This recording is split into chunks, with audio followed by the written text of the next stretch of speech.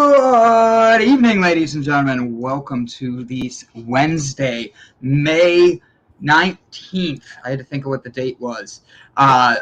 Newest episode of The H, an honest conversation about health, hemp, and happiness. Mr. Brian Tracy is our first here. He wins the high five of digital high fives. There you go. Got it from both of us, too. I love it. Brian Tracy, thank you for being here. Joe and I are here. We're excited to have a new episode of an honest conversation about health, hemp, and happiness. Today's episode, we are actually going to be interviewing Mr. Dai Manuel. I hope I'm pronouncing his name correctly.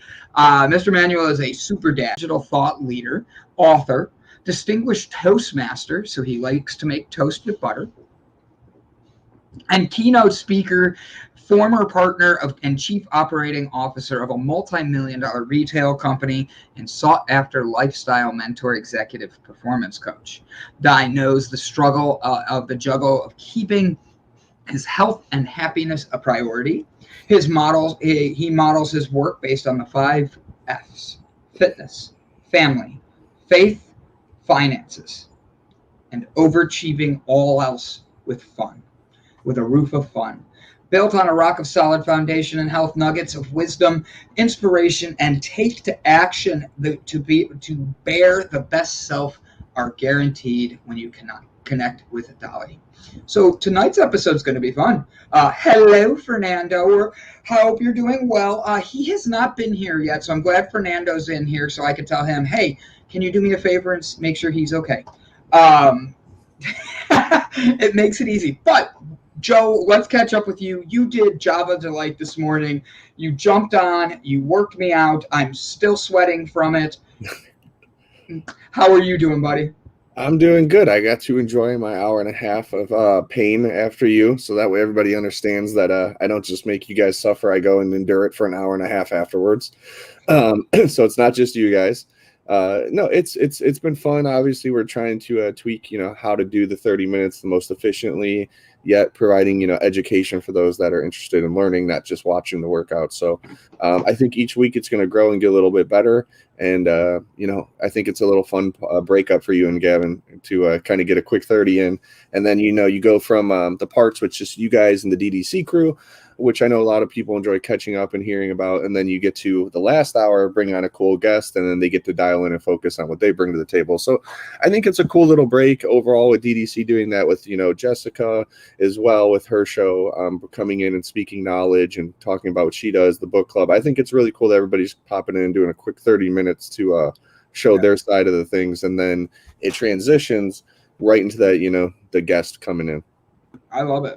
It's been fun. And you came in today, you made me do squats, you made me do curls, you made me run in place and kick my own ass.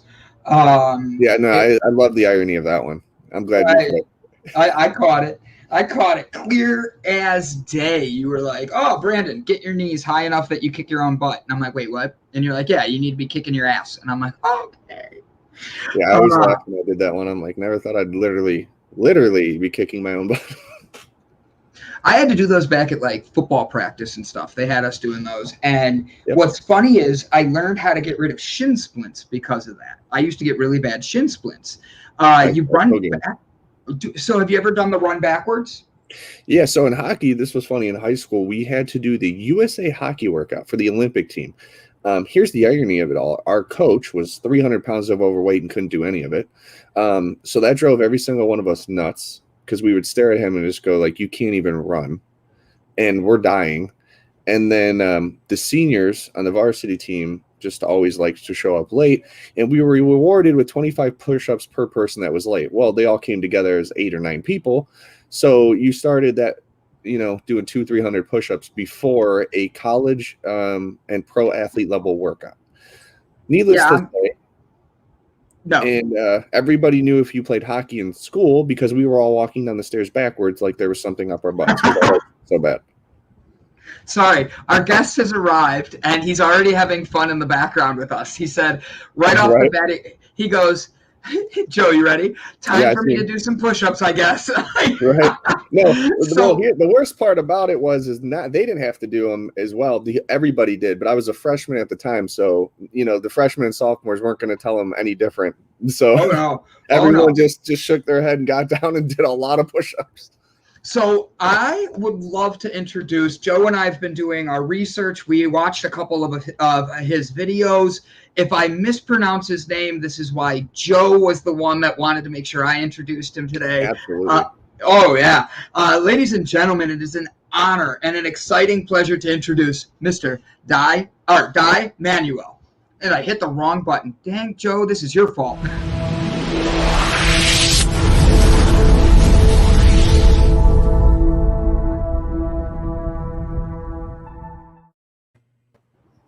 Hello. What's up? I love it. He comes in ready. You ready? You get the digital high five. You ready, Dai? Boom. Oh, you guys are awesome. I gotta say, I owe you some push-ups. I am like way late, and I hate being late. I hate it, and I apologize profusely. I'm going to do a lot of push-ups later, so Joe, don't worry. I'll send you a photo once I get them done. I believe you. It's nice talking to a fellow fitness guy. We were watching your videos. I'm like, oh yeah, he's in good shape. This is great. Some fitness stuff. We were having a fun conversation. We're watching, and so Joe has a really big question.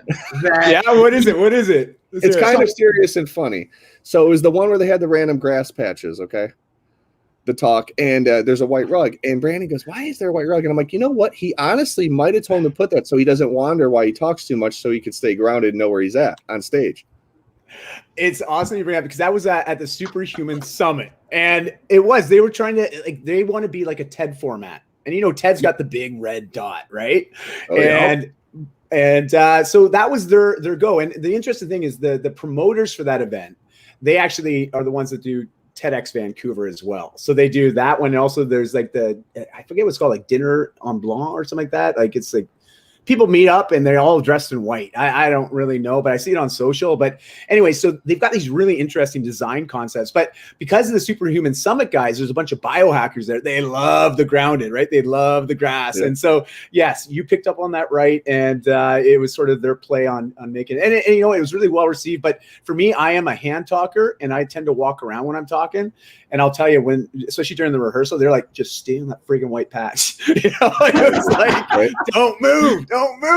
And even when I just did the TEDx talk, same deal. I kept deviating, trying to walk off that red dot. So it was just a pain in the butt, whatever. How was getting to do a TED talk? Like, that is a huge honor. We watched your TED talk, and we both have like a list of questions for you that we're like, all right, first question I have, did I say your name correctly? You did. You nailed it, man. That was like, Brandon, that was spot on, man. I've trust me, that doesn't happen that often. So, and I'm okay with that. It's all good. It's all good. But no, you nailed it. It's Dai, and I always say, just think chai tea, but with a D, right? So, nice. And away you go. But yeah, you nailed it. Perfect. Awesome. So, all right, I'm going to pull your website up just so it helps make the first few questions easy.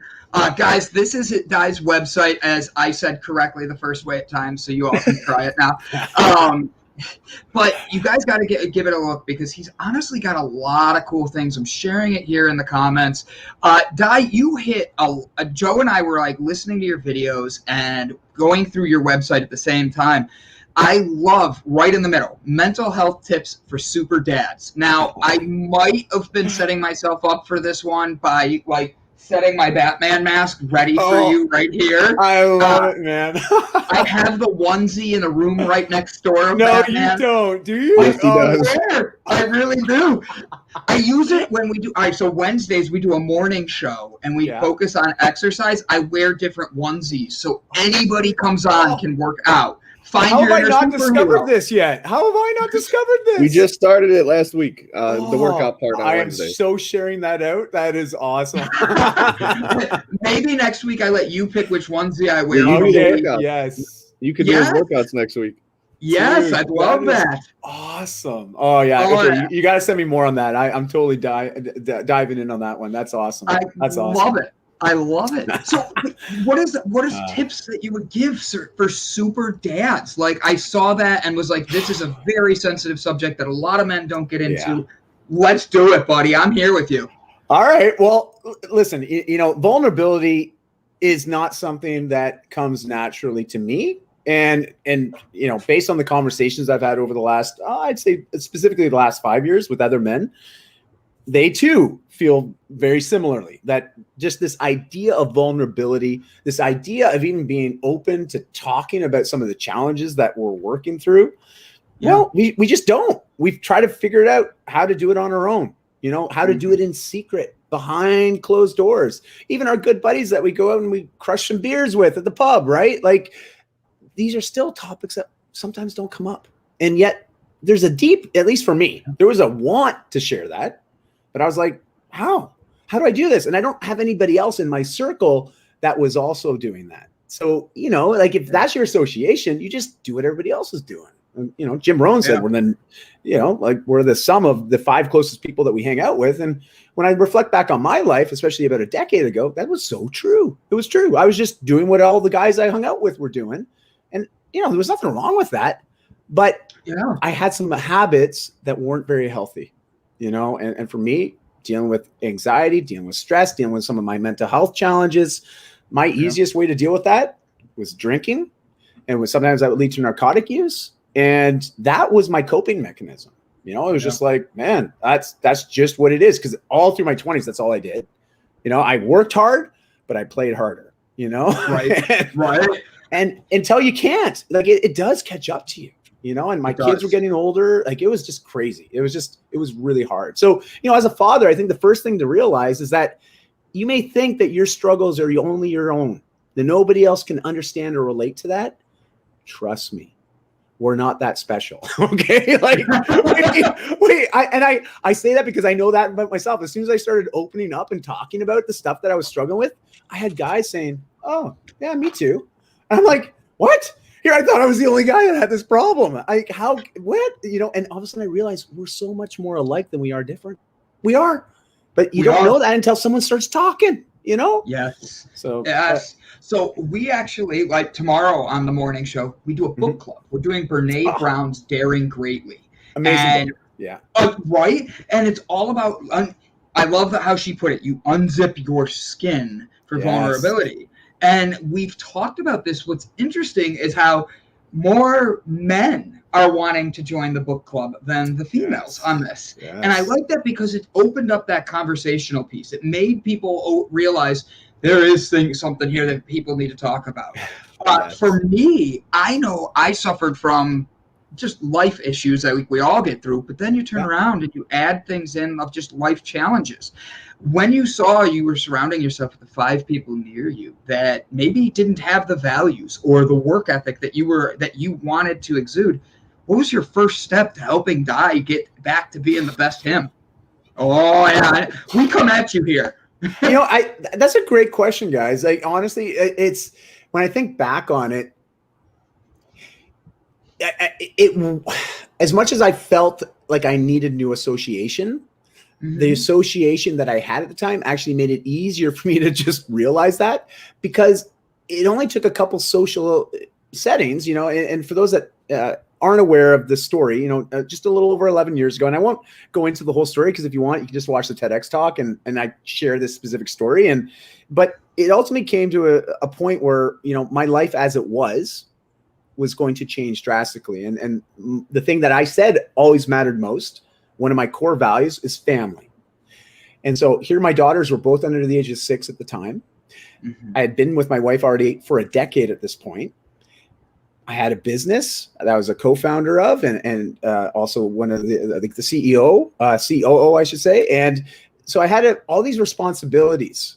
And yet I also had a lot of these tendencies to deal with a lot of the struggles that I had and manage it with alcohol, narcotics, and the people that I was hanging out with. That was okay. It didn't matter. They referred to me as Fun Guy Dai, like it was, where's Fun Guy Dai, And so my wife asked me a question that day, and this is like during us having a conversation about what life was going to look like when her and the girls leave, like what were we going to do? How would we co-parent? Man, I was not in the frame of mind to even think about that at that time, because that was, to me, that was the only thing that was holding me together, was the fact that I had a family to come home to every night. And And so all of a sudden, there's a lot of fear that wells up. And I started realizing that I had this deep want in me to turn tail, as they say, and take off and run away. Because that's my normal way of dealing with stress, right? Is like, I'm just going to avoid it. I'll run away. I'll just ride it out on my own. And I couldn't do it this time. Like I knew that was not the solution. That was not going to make anything better. It was going to make it worse. And so I made a commitment to myself and my family that day to go 1 year without drinking. 1 year, no alcohol. Now, you have to understand, from the age of 17 to that age of about 33, alcohol was a regular thing in my life. Just was. It was just what we did. It's how I met people. It's how I dealt with my social anxiety. If I was in a large group and I wanted to meet people, I needed a few drinks. That's what I believed. I needed a few drinks. So it was just how I functioned. And now to go to zero, to complete sobriety like that, I thought it was going to be no problem. I thought, hey, I can do this. Like, yeesh, I've dealt with bigger challenge than this. This won't be a problem. 3 weeks in, man, I'm like losing my shit. I'm losing it. And because I didn't have any healthy coping mechanisms. And, I love fitness. Exercise was always my outlet, but it wasn't doing it for me. It wasn't, and especially, what it's like at the end of the day. You've had a big work day, you've had lots of responsibility. You get home to the family, you're doing the family thing, the dad thing. And it just felt like something was missing, right? And it was those drinks at the end of the day. And so it was just weird. And I realized I needed help. And I found a great psychiatrist. I worked with him for maybe 4, almost 5 months. I worked with a relationship counselor. I found a great coach. I've got some new association because I realized the way I had always done it before that was on my own. And look where that got me. So I was like, no, this time I'm going to find some support and some help. And I'm just going to dive in. I'm going to just work on me. And my wife was so supportive. I got to, you know what? I tip my hat to her because had I not had her support, I think it'd be a very different story today, a very different conversation. And so that's sort of how things got started. And then that 1 year turned into 11 plus now. Like it's weird how that's worked out. So you haven't had a drink in 11 years. No, it's been like, and honestly, it's not, because I even thought maybe because I do have a bit, and I don't even like putting labels on it, but I think about addictive personalities and some of the literature and the research that's out there about those tendencies. I definitely got a bit of that in me, but I never felt like alcohol had control over me from the standpoint that I was fully aware every time I decided to drink. Do you know what I mean? Like I was also very aware back in the day, I would see my wife texting or messaging me. I already knew I was late to get home. I turned my phone off. I turned it off. I was there. I was fully aware. I'm turning this off. I'm going to have a couple more drinks with my buddies. And that would often turn into 3, 4, 5 hours later, right? But I was aware I was going to have more drinks. I was aware I was like totally ghosting my wife, and that's not who I am. And so that would make me feel even more worse.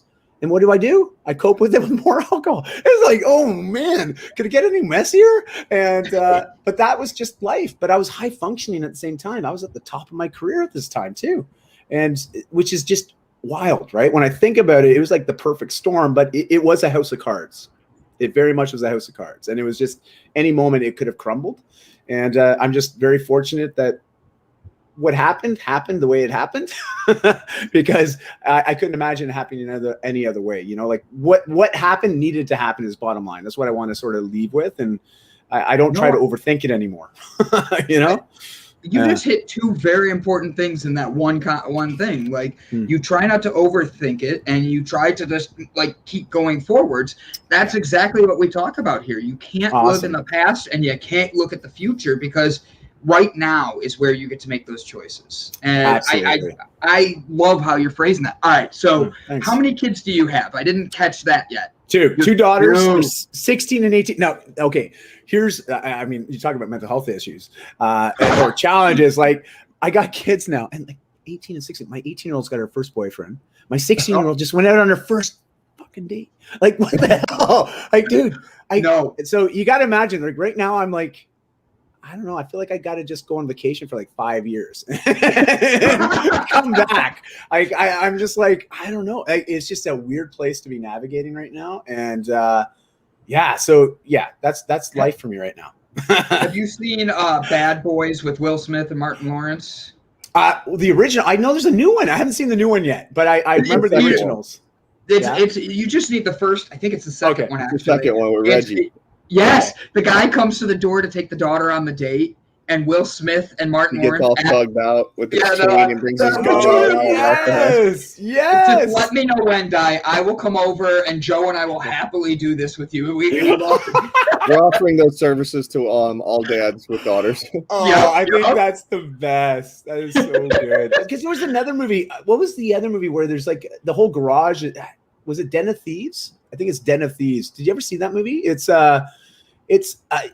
You should look it up. There's a scene where the one guy's daughter's getting taken out, but they're all like gangsters, right? Or ex-gangsters. And they're all in the garage, like working out. And these guys are like huge. They look like football linebackers. And he brings in, he's like, just a minute. We just got to, and he pulls the guy aside, it's right before prom. And he takes him into, and there's all these guys, and they're just jacked. And you can just see this little skinny dude, all these jacked guys, and they're like, "So you're taking my daughter out?" And they're all like, "You're taking our daughter out, right?" And anyway, so I love that. I don't remember that from Bad Boys, so I'm gonna have to go back and watch that. And I'm gonna make sure the boyfriend's over when I'm watching that. That's very important. So that is very important. So I gotta do one quick side one. So this is my grandpa's police hat. Back here. So. Nice. When my mom and dad met my mom for the first date, my grandpa was shining his police gun right in front of my dad the entire time. So I just knew you like that. I actually have a question from the Breakthrough Show. One of our regulars, Miss Jessica Dugas. She's the big D here. We love her. She's high functioning. That is a whole conversation. How many times do you say, "Oh, everything must be fine"? Food, alcohol, drugs, laziness. And then she goes on to say, do you think social media has contributed to how easy it is to make everything look like it's fine? You know what? She's so spot on. Like, legit. It is so spot on. Because I think back, this is 11 years ago. Instagram wasn't a thing yet. Facebook was still just sort of becoming what it is, right? There wasn't the social media presence that there was back then, because I often think if I was making these changes today, there's a lot more resources, a lot more people that are having conversations on this now, which is awesome. But it's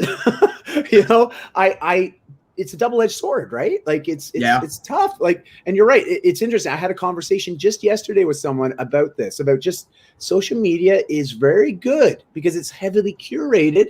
It can be inspirational. It can be motivational, even educational. However, you have to wonder how filtered is it? And I think that is a challenge. And for me and my wife, we made a decision many years ago, and you guys may relate to this. It's like we're like, social, we're using it as a tool to show, not to tell people. And we just want to navigate and share. Like our mantra in our house is raw and real is our deal. So you know what? This is it. This is just who we are. We like to share glimpses of our life. This is alive and real, man. Like this is straight up. It's like, this happened today. Oh my God. Like, oh, well, this is how we're dealing with it. This is how we're experiencing it. Have you guys experienced anything like this? So we like to encourage conversation on these things because that's real life. It is real life. And do you have rules in your house with that then? Because if you're going to encourage conversation, emotions always flow in. I have emotions, and I had to learn to control them. Who would have ever thought we have emotions, I literally, I could go run all day. Ask Joe. I move 100 miles an hour, and then I crash. Yeah, and it's just how I've been built through my whole life. But I had to learn how to have the conversations without emotions. And that's really difficult, but it's how I built my brand, too. Right. With that, how do you handle, especially two teenage girls? First off, I don't care what religion you are, all of them are praying for you having two daughters.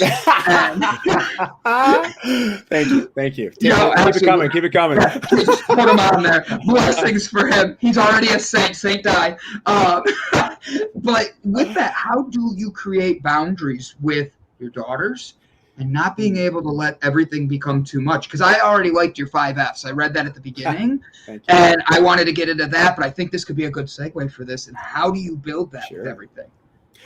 Well, and I'll be honest with you, there are certain conversations that are really uncomfortable to have. And I mean, whether it's my own children or somebody else's children, I often think it'd probably be easier for me to talk to somebody I don't know about this subject rather than my own kids, which is weird, right? Like and I'm aware of that. I'm aware that this is how I'm feeling. This is not an easy conversation to have. And Christy, my wife, can you help me, please? Like that has been, she's navigated some of the stuff. Like I remember when my daughter started menstruating, I'm like, you're in on this one. I'll be over here. I'll play the quarterback, but you know what? No, I won't. I'm going to just sit over here and polish the balls. Okay. Like you just run with this play. I am here to support you any way you want, because I knew that it was something that she could relate to them on. But also I could tell that my daughters were more comfortable speaking to my wife about that. And I'm okay with that. But I also know there's been conversations I've had with my daughters that they're more comfortable speaking to me than they are their mom, because we're different people. And I guess it's, initially, especially in the early days, when they would have a certain thing that they want to talk to mom about, I used to get upset about that. I'm like, oh, what is that saying about me? Am I like unapproachable? Am I intimidating them? Are they afraid of me? Like, you start second guessing yourself, right? And at least I was judging myself.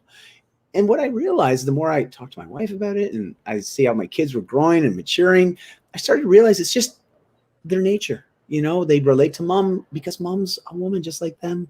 She's been through these things. She's also, the way she communicates to them is different than I communicate to them. And it's okay.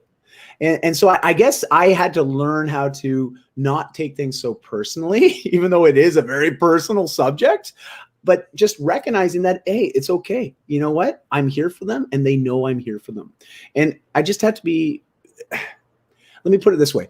We had conversations with our kids early on. I remember when we gave them their first device that they could surf the internet with. I remember getting them iPads. Like, gosh, I don't even know. That must have been like 10 years ago, right? Like their first iPads. And us having some very specific conversations around internet use and setting some rules. But we just wanted to have dialogue and talk about it, And even when we gave them their first cell phones, we again talked about what does that look like. We have a rule. Now that she's 18, sure, she can have her own passwords for stuff. But before she was 18, we have access to anything you set up. No questions asked. We want to look at your device, we look at your device. But we rarely ever did. But they knew that if we asked, they would then honor that. And that was a rule, And so you just creating these boundaries and making sure everyone's in agreement on what the boundaries are and having some very clear outcomes or consequences in some cases if those boundaries aren't respected. And so that's really how we've navigated some of these, and I'll be the first to say they're not easy conversations to have, especially around, sex. Oh my gosh, I can't even say it out loud. I got to whisper it. Like, geez, because I even remember my parents having that conversation with me. It was like the weirdest thing, right? Like I grew up watching British humor with my dad, right? Like Benny Hill, Monty Python, Faulty Towers, right? Like, him, he just presumed I already knew what sex was. Like, he's just like, come on, it's just figure it out. And my the thingy and the thingy, it goes into place. Yes, nudge, nudge, wink, wink. But my mom was a public health nurse. And so she actually explained the whole birds and the bees, like without the birds and the bees. She just went right to the anatomy, right? And I remember that was like when I was 7. I remember as soon as we would ask her a question, she always lived by the motto that if you ask me a question, I'm going to give you the best answer I can, or I'll find the answer for you. And so she, didn't matter what we'd ask her, she just started talking about it. And so we learned to really curate the right questions, my brother and I. It was like, I don't think we ask them that questions because I don't know if we're prepared to hear the answer. You know what I mean? So I think that's influenced me a little bit because I do see that in myself at times with my own kids. I love that. You have such a great energy. All right, so I did see a question, and I'm going to let Joe ask you one. Cool.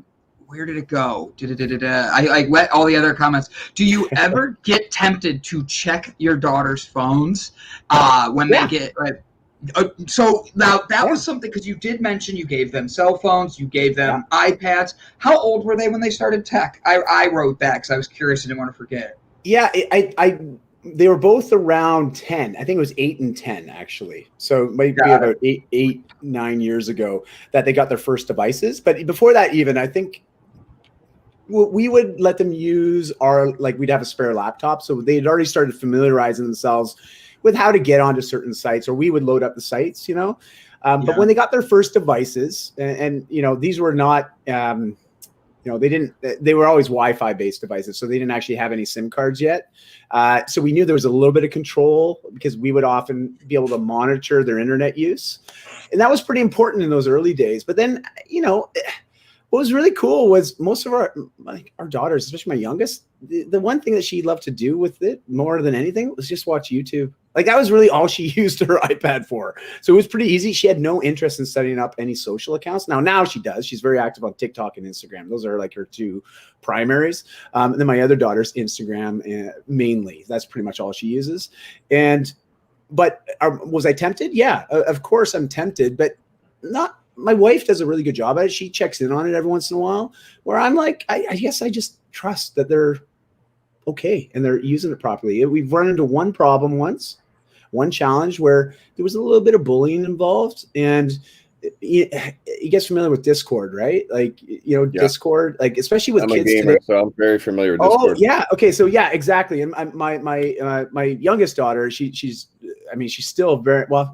She sort of shifted a little bit in this last year because I think she started to take more of an interest in boys. But prior to that, she was a gamer too, and she still does game.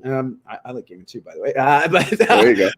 I was just gonna say though, with Discord, it's a very interesting space because there's a lot of these group chats and threads, right? And we did run into some challenges where a little bit of bullying, right, and name calling, and just it's just an ugly dynamic that can happen. Like I think we all know that, but us as adults, we can handle it. I mean, we can just sort of brush it off. We can delete it. We can walk away from it.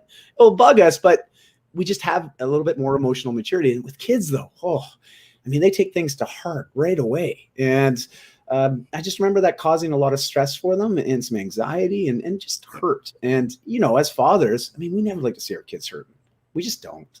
So that involved us having to have some pretty heart-to-heart conversations again around internet use and trying to educate them again. But, I just encourage other parents just at least have the conversation and be aware of what's going on. Like that's honestly the best we can do.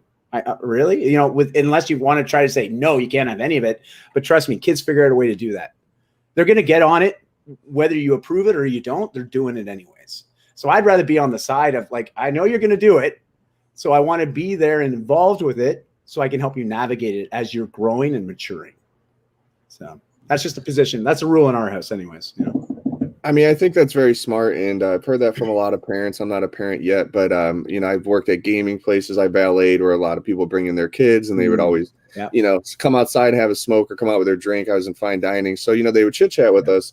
And some of the best advice those parents ever said is if you ever have kids, you can only guide them how to be a good person, but you're not going to be able to control everything.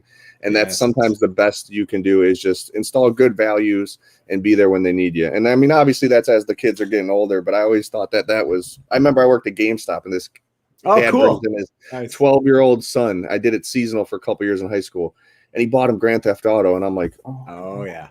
But I didn't make any judgment. I'm like, whatever. He's the dad. I'm just here working for extra money around the holidays to pay for gifts for family.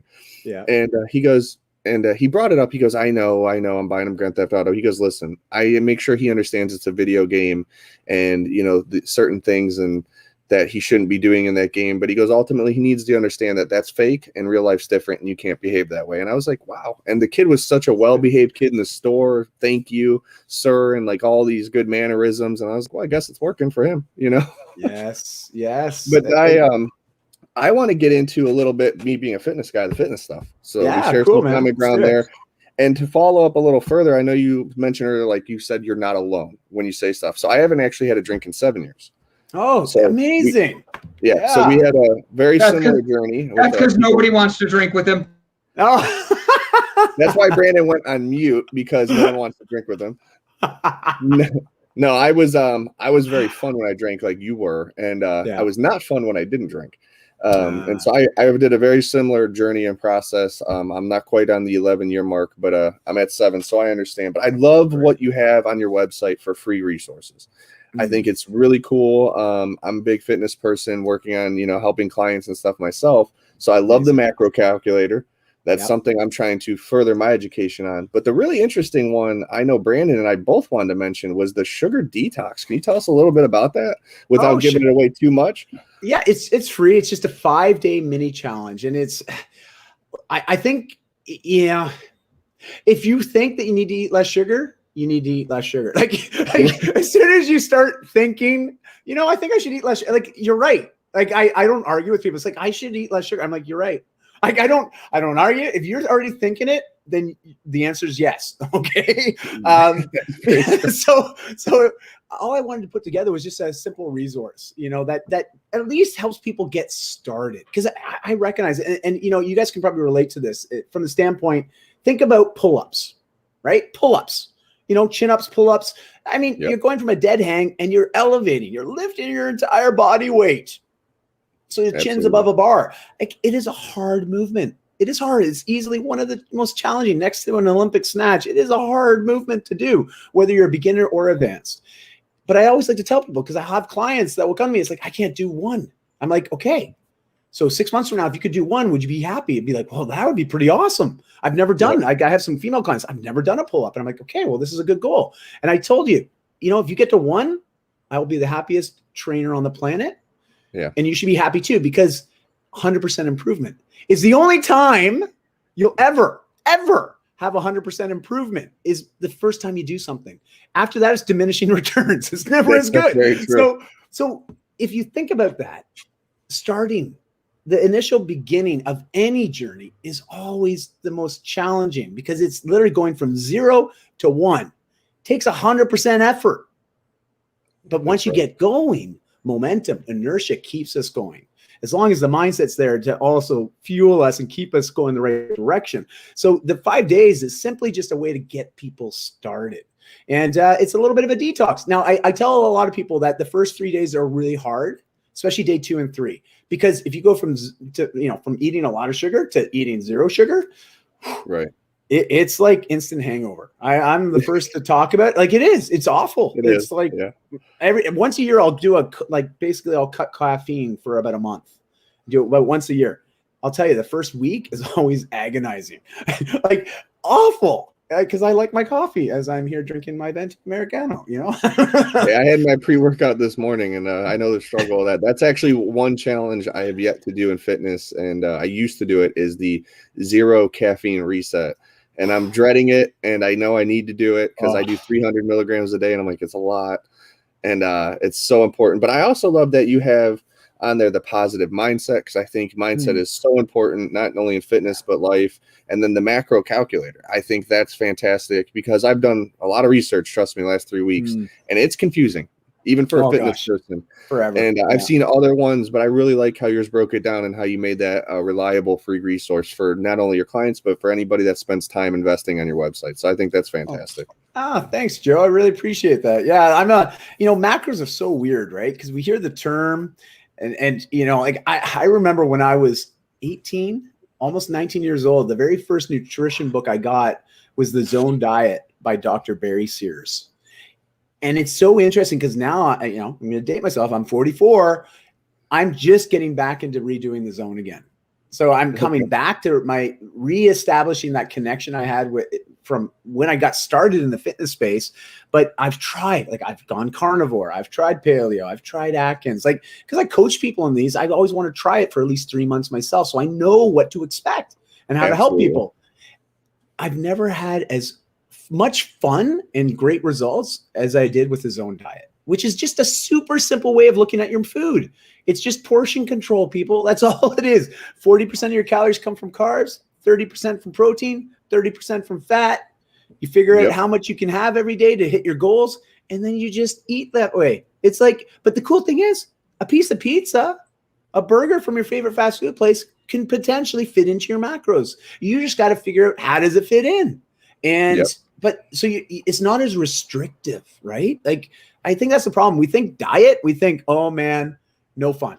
This is going to be a world of hurt, and it's going to suck, and I'm going to hate my life. And really, diet just means, how do you nourish yourself, right? So Absolutely. it's reestablishing that healthier relationship with our food.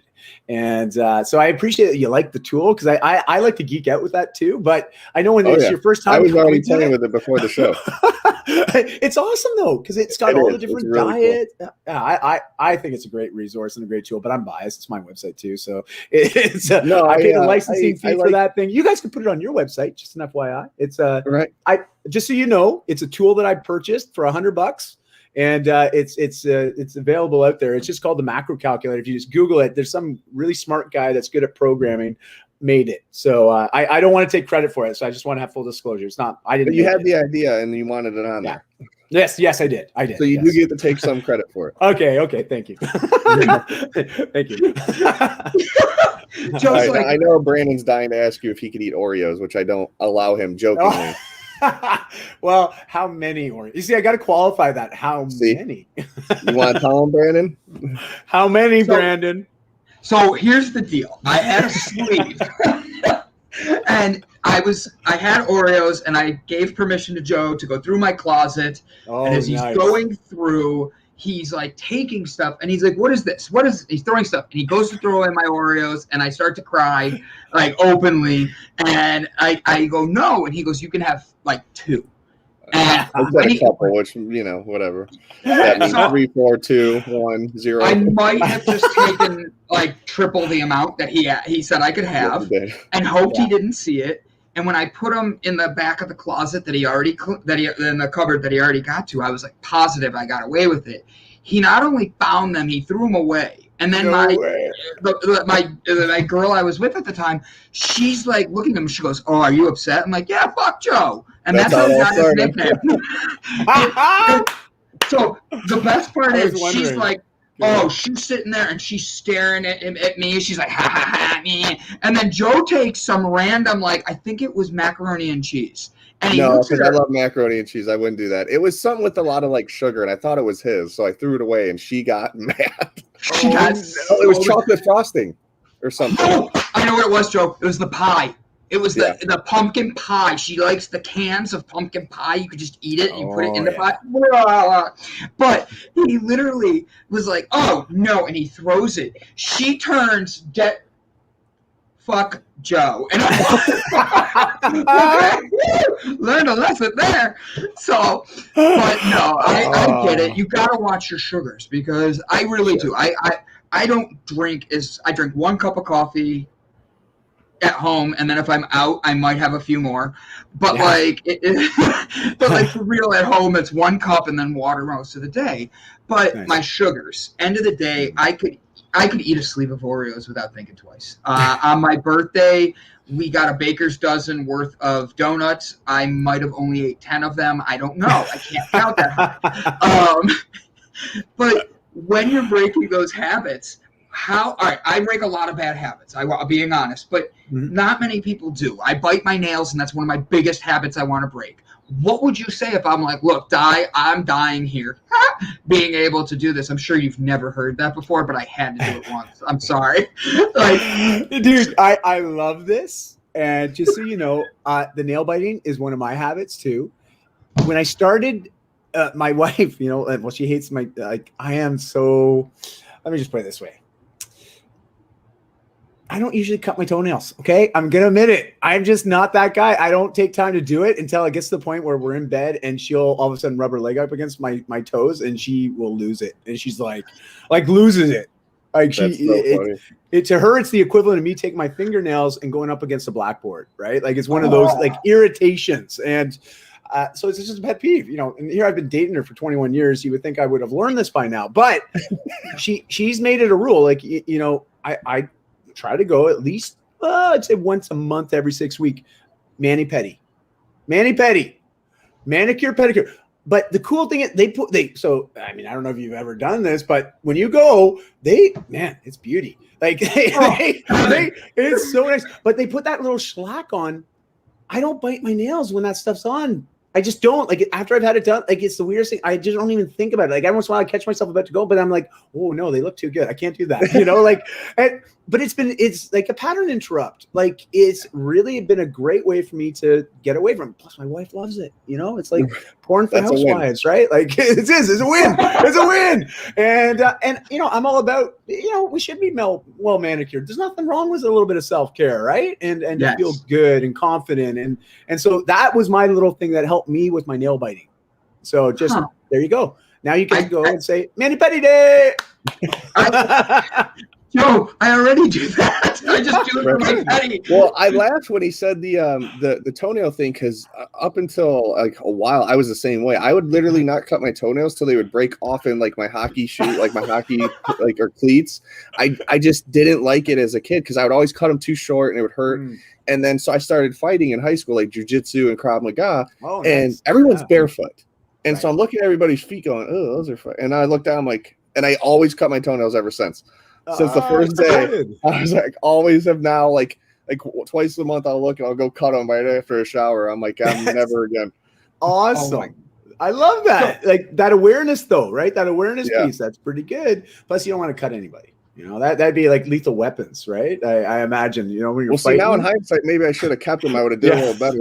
I was just about to say, if you're getting to be in like an MMA fight, that might be your secret weapon. They go to like lock you up. You're like, what did you do? You're cutting with your toes, you know? That's just a Wolverine style, man. Wolverine style. Yeah. No, it's that. Exactly. I like it though. But you know, habits. I mean, we all got them. We all do. I mean, we're all very well patterned, you know, like we get into certain flow and the more we do it, the more automatic it becomes, you know, less front of mind, more subconscious. And some of those habits that we have, they're awesome. They're great. And I don't, you know, we don't ever want them to go away. Like if you have a habit of meditating every day or journaling or cutting your toenail, like whatever, like, there's certain things that are good and we don't regret doing those things. And yet there's certain habits that we know aren't serving us in a positive way, at least not when we repeat it over and over and over again. So if there's some of those things that you want to change, you have to recognize that habits they're formed by repetition. That's just what they are. You know, otherwise it's just something that you do. But if you keep doing it and there's a certain stimulus attached to it at the end or a reward that you get, like for me, you know, I'd feel anxious, I feel overwhelmed, I'd have a drink. My reward was in the moment, I'd start feeling better. I wasn't thinking about the stress and the anxiety that got me there. So there was an instant gratification that reinforced the habit. So all habits have the same sort of logical sense to it, the same sort of mechanism. So if you start to recognize that there's a trigger, something that sets us off, that makes us do that thing, which then produces a certain feeling or a result. And that's ultimately what we're doing it for, is that end result, that way that we feel by doing it. Replacing the habit with something else is a great way to sort of just reprogram. But the only way to do that, and the cool thing is, neuroscience has shown that our brains is basically plastic. It's got this element called neuroplasticity, and it's shown us that we can literally rewire the brain to eliminate old habits and replace them with new ones. But it depends on how long you've been doing the old one. That's going to dictate how long it takes you to create a new habit that becomes the dominant habit. And people ask me all the time, it's like, well, how long is it going to take me to get this new habit in place or stop doing the old thing? I'm like, how long have you been doing the old thing? Well, for about 10 years. I'm like, well, that might be 10 years. You know, like I don't know. Like, and that's the thing. Science has got all these different numbers. And it's the thing that drives me nuts. It's like 21 days, 2 months, 60 days. 84 days, 12 weeks, you know, like I see all these different numbers because no one knows what the hell they're talking about. They're not absolutely sure. They're just not sure. Right. But we do know that it's possible. So stimulus, replace it with some new habit that's better for you and start to see that it still produces the result. It may not be instant, but as long as you're seeing that forward movement and you're seeing improvements, it's probably a good thing, you know? So, anyway, you know, just one little thought. And I'd like to see your guys' thoughts on this. I want to see your thoughts.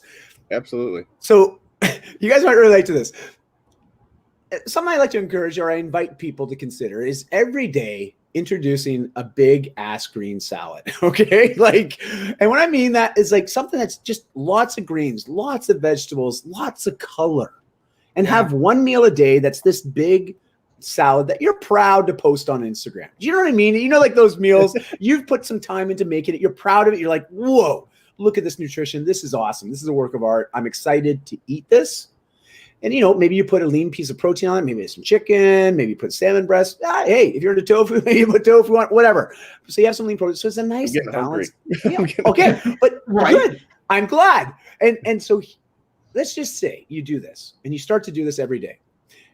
My clients that have adopted this habit and created this habit, like it's amazing because we know we need to eat more veggies. I think we all say, you know, I should probably eat more fruits and veggies, you know, like because we feel better when we do. We feel fed. We actually feel fed. We feel energized. We don't see the crashes after we've eaten it, right? It's not like having a double with the side donut because we know that's great in the moment. For about an hour, I'm like performing at level 12 out of 10, but you know, come about an hour and 1 minute, I'm like ready for bed or another round of double and a donut.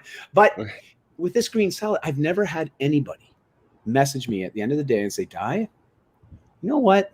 I really regret eating that salad at lunch today. You know, I've never had that. And I've never had anybody message me and say, you know, I know you've got me working out 5 days a week. I worked out this morning. I really regret working out today. It's just, there's certain things you don't regret doing. Right. So if you think about that, what are the things you don't regret doing? Maybe those are the things you should do more of. You know, like just an idea here. And I mean, what do you guys think about that? I love it. I mean, I remember when I first was trying to cut weight when I got into fighting, I ate salad every day of senior year, every single day with tuna on top. So I love a good salad. As soon as you said the protein part, I was sold because I normally do like chicken, tuna, or something. But I think it's great. You know, I already tell my clients now, just preferably not iceberg only. Like, let's do some mixed greens, some spinach. Let's do something with some value, not loaded with cheese.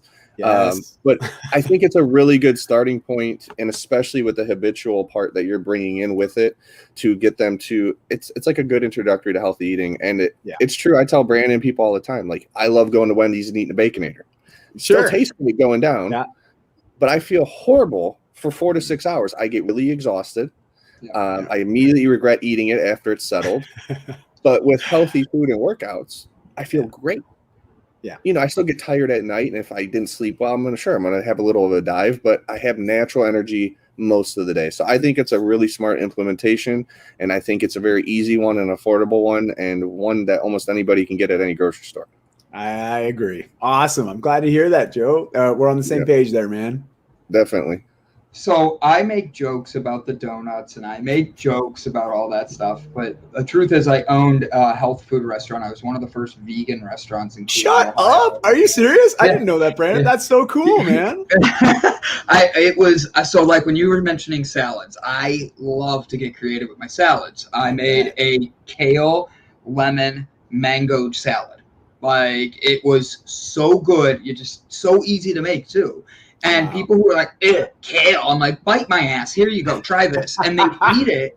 And they were like, whoa. And then like breakfast stuff. Like, I would make these just different things to teach people how you can actually have food fuel your body. And the name of the restaurant was Fuel, P-H-U-E-L, for the proper pH balance. Thank you. Nice. And smart. Dude, wait till we get done with the show. I'll show you my CBD company. We'll have a good time, you know? I'll show you the light bulb. I'll show you my where are you located? I've been waiting to ask that. Vancouver, Canada. Yeah, Vancouver. All right, you ready for this? Have you ever had boba tea? I already know you're going to say yes because you're in Vancouver. Wait, what kind? Bubble tea, boba tea. Oh, bubble tea. Yes.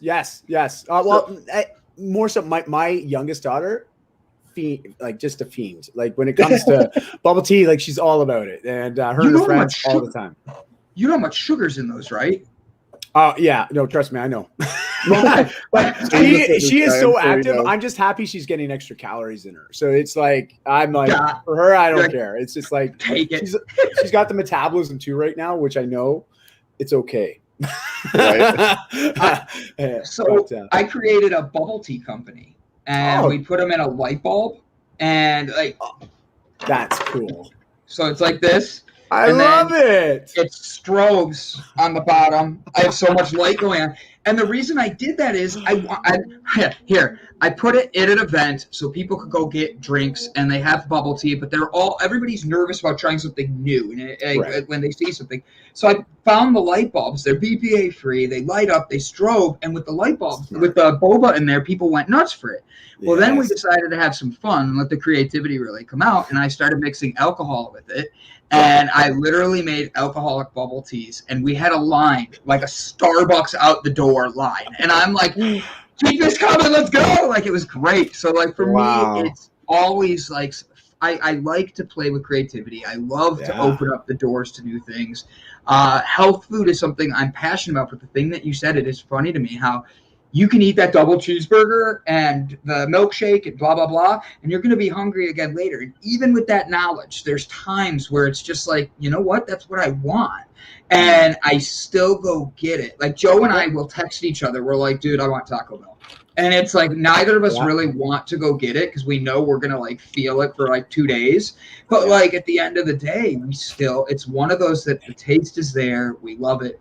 And I want Taco Bell. Thanks a lot. And it's not the weekend yet, so I can't have it. You're welcome, buddy. I just wanted to be there for you. It will fade away by Saturday on the cheat meal day, I hope. So, Dai, I want to show everybody your YouTube network. I do have a question on this. So it says subscribe here, but then when I go down, I have another one. How many of these do you have? Because I could here. I'm just gonna. It's a mess. Keep hitting subscribe. It's a mess. I'm gonna keep hitting subscribe. I'm just gonna tell you guys right now, like even my website, I got a developer working on that. We got a new site launching. Wow, it was supposed to launch before I did the TEDx talk, but as you can see, a month later, it's still not live. And I'm like, whatever. Now it's it's not such a pressing thing, but it's gonna change. And also is the YouTube side of things. I've never been someone that's focused on YouTube. I've just used it as a placeholder to put videos so I can embed them on my website, to be honest. And then I have a lot of programs that I do for clients and some of the corporate stuff that I do. And so I have a lot of unlisted videos, and that's actually why I had YouTube accounts. And then I had too many open up, and now I'm like, oh man, I'm kind of hooped because I got too many of them. So yeah, it is a mess. And I've got one main one, but it is what it is, man. I'm going to be unapologetic. I'm just like, I got a lot of crap out there. It's like, where to go? I don't know. And don't worry about it. I followed them all. Like, don't even worry. I can subscribe to them all. I hope I hit the bell with the right one, though, because that's where we're playing Russian roulette with this, Yeah, that's right. Don't worry. I have your email, too. That's good. So, now, this has gone really fast. I love your energy, Dai. I love what you're bringing. Guys. Thank you so much. Your book is on Amazon, The Whole Life Fitness Manifesto. The name even, Joe, right when we said it, Joe goes, oh, I like this guy. Like all I did was read it out loud, and he was like, oh, I like this guy. I'm like, wow. That's Dai's book on Amazon, guys. Go click it, go buy it, go read it. Dai says if everybody goes and buys a copy right now, he'll autograph one of them, and you don't know whose it's going to be. Good luck. I was gonna tell you guys, because also chapters as well as Barnes and Noble. So it depends on where the viewers are. I am in the traditional bookstores too, but if you want a signed copy, the only way to get those are from me directly. But I'm going to send you guys each one, so I have to get your addresses before we go. But I want to put this out there. If I'm happy to send one to one of your listeners, you guys figure out how you want to give that away, and just let me know who I'm sending it to. But I'll sign a copy and send it to one of the viewers, listeners, whatever you want to do with it. Either way, I'm happy to share that. And just so you know, I give away the program for free on my website too. My publisher doesn't like me talking about that, but I'm like, whatever. I don't want dollars and cents to get in the way from people getting healthier. I don't. And it's actually, I'll tell you guys right now, a little side note. It totally, I was in the equipment business before, fitness equipment industry. And I did that for 17 years. And I had, differing opinions especially about the equipment industry, the fitness industry, period. It's just really young. It's not fully matured yet. And because of that, there's certain cliches that are out there, like people that buy equipment, ends up in their basement, turns into a coat rack. And I hated that. And so I started creating a lot of personal content to help people. But I was always talking about using your body as the best piece of equipment. Now you can imagine, I have a business partner at the time, a few partners, and we're Canada's one of their top fitness equipment retailers and wholesalers, in North America. And here I am on my social channels, which had more reach than our corporate brand. And I'm saying, you don't need equipment. it created a little bit of tension. And so there's long and short of it. 6 years ago, I left the industry to do my own stuff. And so the book is a lot of what I've learned in my 26 years in the fitness space, because gosh, it is hard. We don't know how to start or where to go, how much to do. Why are we even doing this stuff? And so it tries to address all that in a way that's really simple to understand, but also to implement. And that's the key, is the implementation. So I appreciate you guys brought that up. Thank you so much. You guys are freaking awesome. I hope we can all connect and talk again, because this was just so much fun. I love you guys. Like, seriously, what you guys are doing, it's so freaking entertaining, but also I just love your questions and the way you guys, your rapport with one another. It's just, anyways, this has been one of the most fun shows I've ever been on. So I just want to say thank you. Well, thank you. We're glad you got to have fun, because in your first talk, you're like, yeah, I met these two guys. They were weird, but we met a lot after. I'm like, I'm like, he's going to say that about us in the next one. We met these two guys. They're weird. You know what, Joe? Just because you did that, you get to teach him how we end the show. Oh, well, how do we end the show? That's fine. We end the show by not letting Brandon talk at all and take I have to do sign language? Is that what this is going to be today? No, because you're good at that. So, Dai, we actually we always love to end the show in a positive way. I'm the boring one, and that's okay. There's mine at the bottom. So what we're going to do is each take time. I'll let Brandon go first. Mine reads, and then we always want the guest to be the end result. And you just have to say something about how you would like to leave your impact on the world, or it could be even the next month or year, something positive that's coming direct from you. And we always let our guests have the final say. Yeah. Okay. So Joe, you saw Joe's. I even highlighted him while he was talking, so it looked like he did it for once. But it works out. I'm a gym person. Consistency is key, Brandon. I will understand that. I like that. I like that. Sure. He's always got an answer. For me, try. Doesn't mean it's a good answer. It's an answer. For me, guys, Dai said it best. He said, when you're finding those things that are best for you, the things you're not going to regret, do those. And it sounds so simple, because it is. It's your choice. The truth is, when you wake up in the morning, you can say, I want to keep my head on the pillow, or I want to go do some breath work to get myself going for the day and put myself in a good mindset. You are the one that can drive through Dunkin' Donuts, or literally make yourself a breakfast sandwich at home. The truth is, when you wake up, choose you first. Choose you above everything else. And I don't mean that go stab somebody and say, I was doing it because I felt it. No. Like what? I can't choose Pikachu. We're not doing Pokemon. We're not doing Pokemon. Miles Garrett isn't here. So we literally, guys, take today to take a moment for yourself. Tomorrow morning when you wake up, do what Dai would do. WWDD. What would Dai do? Dai would turn around and say, all right, today I'm going to exercise. Today I'm going to do this. Today I'm going to do this. Or if you want to blame somebody, fuck Joe. Blame him, but then get out there and do the work. All right? Dai, talk to me, my friend. Okay, you know what? I'm going to riff on what you both have said. And the way you do anything is the way you do everything. Mm-hmm. And the very first thing that we do in the day, the very first thing we do is wake up and get out of bed. It's the very first thing we do. How do you do that? How do you dismount? So what I want everybody to do tomorrow morning when you're waking up, I want you to pretend that sitting in and I know this is kind of creepy, but sitting in your bedroom is the International Olympic Committee. They're sitting there at their judge's booth, and they're going to judge you on how you get up. I want you to give them a gold medal performance, okay? You're waking up, and you're going to be a freaking champion, and you're going for the gold. So I want you getting out of bed with enthusiasm, ready to freaking crush the day, because that's the first thing that you do, and it's going to set the tone for everything that follows. So go for the gold tomorrow morning when you're waking up. And if you share that or send me a photo or tag me in your video of dismounting as a gold medalist first thing in the morning, I'd love to send you a copy of my book. So I'm just putting that out there. Does that mean I get 2 copies if I do it really good? Hey, I'll send you a digital copy too then. Okay, there you go. There you go. I'll make you a medal out of tinfoil, Brandon, and we'll put it around your neck, okay? Finally, I'm getting I'll paint it somewhere in gold, life. though. I had to laugh because I roll out of the couch. I'm like, and I just start walking. I'm like, feet at the ground, just move. But it's everything. The way you get up in the morning, man. It's everything. It is. Yeah. It is. That's why I move my alarm. As weird as this sounds, it's so the good. stupidest thing. I have these. No, it's smart.